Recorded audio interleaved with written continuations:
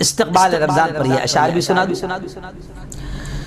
رمضان آ رہا ہے، رمضان آ رہا ہے، رمضان آ رہا ہے، رمضان آ رہا ہے۔ بخشش کا ساتھ لے کر، بخشش کا ساتھ لے کر سامان آ رہا ہے، رمضان آ رہا ہے، رمضان آ رہا ہے۔ ایک ایک لمحہ جس کا ہے برکتوں کا حامل، ایک ایک لمحہ جس کا ہے برکتوں کا حامل، کرنے ہمارا تازہ ایمان آ رہا ہے، کرنے ہمارا تازہ ایمان آ رہا ہے، رمضان آ رہا ہے، رمضان آ رہا ہے۔ ان اشعار میں، اس نظم میں آپ رمضان کی اہمیت بھی سمجھ سکتے ہیں کہ کتنا قیمتی ہے رمضان۔ آگے شاعر کتنے پیارے انداز میں کہہ رہا ہے، بخشش کرا لو اپنی، بخشش کرا لو اپنی، جی ہاں، بخشش کرا لو اپنی، جی ہاں۔ نہیں معلوم دوستو، میرے بھائیوں، میری بہنوں، نہیں معلوم کہ اگلا رمضان ہم کو ملے گا یا نہیں ملے گا۔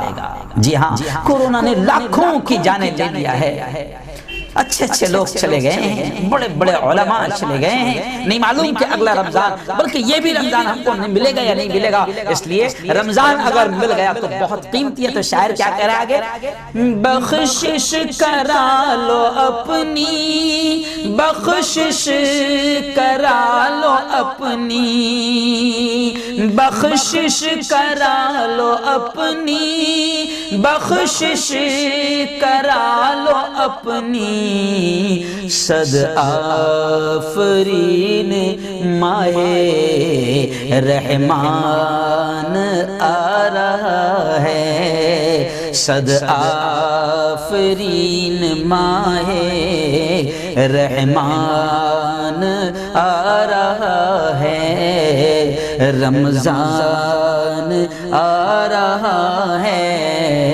رمضان آ رہا ہے۔ اور دیکھیں آگے کیا کہہ رہا ہے شاعر، اس ماہ محترم کو بڑھ کر گلے لگا لو، اس ماہ محترم کو بڑھ کر گلے لگا لو، مومن کہ تم کو دینے پہچان آ رہا ہے، مومن کہ تم کو دینے پہچان آ رہا ہے، رمضان آ رہا ہے، رمضان آ رہا ہے۔ گھر کی تلاوتوں سے تم رونقیں بڑھاؤ، گھر کی تلاوتوں سے تم رونقیں بڑھاؤ، رمضان ساتھ لے کر قرآن آ رہا ہے، رمضان ساتھ لے کر قرآن آ رہا ہے۔